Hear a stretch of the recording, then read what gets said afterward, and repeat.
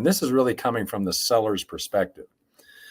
And the whole idea, and the reason I'm so kind of focused on buy downs and really enthusiastic about them is time and again, I'll have a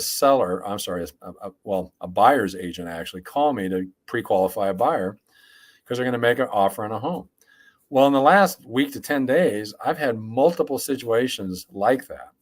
And in every single one, and I think there's like 4 I've been dealing with, I was told that the buyer was contemplating making an offer a little bit below list, in part because the listings being looked at by these prospective buyers had been on the market for a little bit of time now, approaching a month, 5 weeks, 6 weeks. And usually the rule of thumb is if you've got a listing on the market for 30 days, you don't have any offers, that's a pretty strong signal. It's time to consider adjusting your price, which is essentially providing a concession to prospective buyers. So in this case, again, using that same example of a listing at $625,000, and let's say it's been on that MLS system for 40 days and they don't have any offers. And the seller's getting anxious, motivated to move. Seller and their listing agent start talking about lowering the price. Well, here's the first option, and the very, very common one. It's so simple. Most, sellers and their agents sort of default to this. Oh, we're not getting any action. We need to lower the price. So in this example, what I'm showing is, let's say you lower it from $625 to $600. That's a concession by the seller of $25,000. So giving up that amount of value.